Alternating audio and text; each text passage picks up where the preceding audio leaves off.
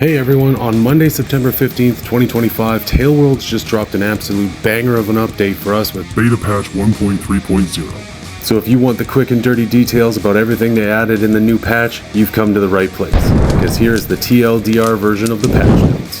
For starters, this patch is huge. In case you were like me and wondering what the hell Tailworlds has been up to, it was this, all of this. They've added a massive list of visual and audio changes from new idle animations for NPCs, all the way to how the crowd reacts during tournaments. Throughout the patch notes, there are mentions of little things that once all put together should help breathe new life into Bannerlord. And this is just the patch. All of these changes are coming to the base game, and don't even include what surprises they may have for us with Warsails.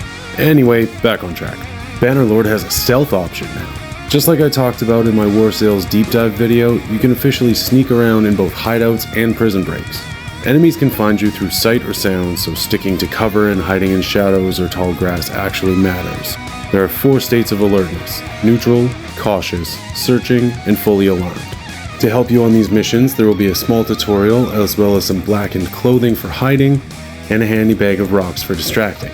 Enemies will also notice fallen comrades, so you can drag bodies away.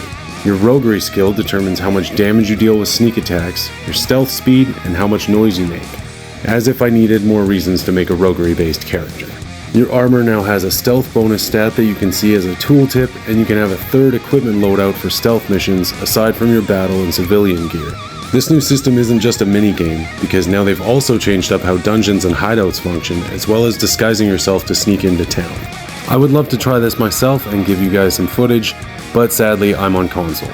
Slings have also been added, and my worst fear has come true, as looters, bandits, and villagers will now hurl high-speed rocks at your face with 3 different types of slings and 3 different ammo types. It is a one-handed throwing weapon, so all of those perks should apply.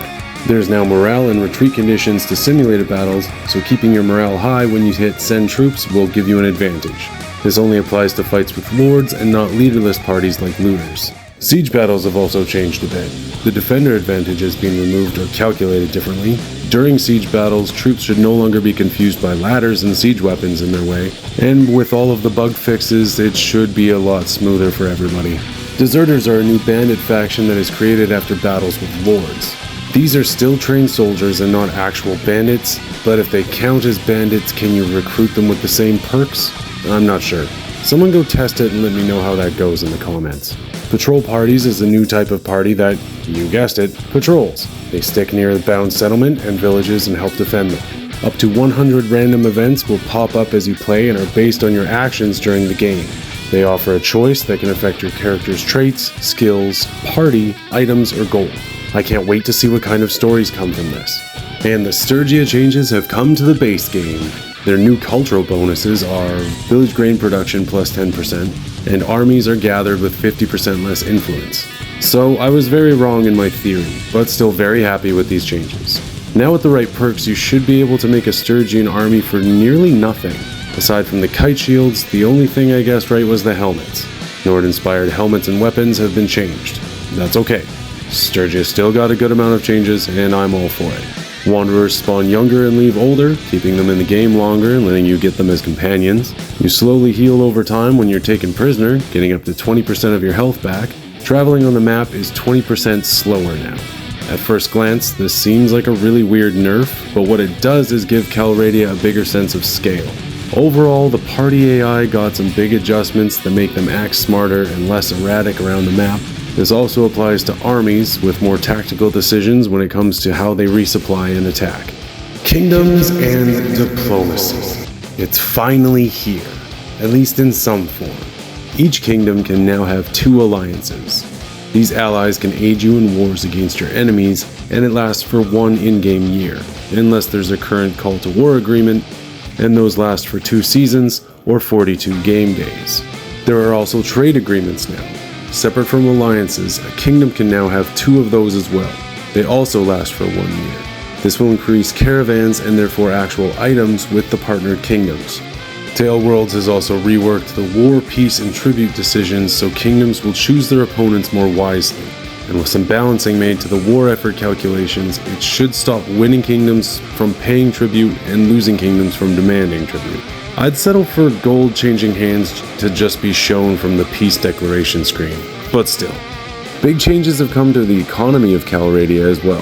Village and castle taxes have increased 30 and 130% respectively, and caravans have got more depth to them now. Now there are dialogue options to change the home settlement as well as restrict travel to certain kingdoms. After traveling for a while, the caravan will return to its home, allowing you to have more control over trade routes. Combined with the trade agreements mentioned earlier, this can allow the player to set up profitable trade routes in safer areas, making for caravans to be a better source of income for the mid or even late game. And Warsails is bringing trade convoys as well, so it's entirely possible these changes will affect ships, and this is huge for those of you who enjoy making money and playing a merchant lord. There are a ton of town and castle projects that have changed, so when managing your fiefs, be sure to check the tooltips for the added information. You can parlay with nobles in the settlement at an increased distance. Bandit hideouts can be attacked day and night, and you can use the send troops option to clear it now, but without gaining any XP. And they saved the best for last when they started talking about combat changes. While crouched, you can now fire and reload short bows, light crossbows, and throwing weapons. They added this to support the stealth in the game, but hiding behind barricades is cool too. Across the board, the AI has been improved and adjusted. All units move a bit smarter now. Spearmen use their spears as a default and should actually brace against charges. Ranged units will stop moving once in range when you give them a targeting order such as engage. That's going to help me out a whole bunch. There's also mention of the formation AI being based on troop tier, with lower tiers having a looser formation compared to higher tiers. This is one of those sneaky things they put in without explaining, because the Nord Huskarl is a tier 6 infantry, so what they are saying without saying is that their shield wall is going to be intense. They even mention that troops with smaller shields will block missiles more effectively. The Huskarl hype is real, folks. An update of this size is insane. It is the best version of under-promising and over-delivering I can even think of. For those of you on PC wanting to try this out for yourself, just remember that this is a beta for a reason. There will be glitches and crashes and broken saves and tears.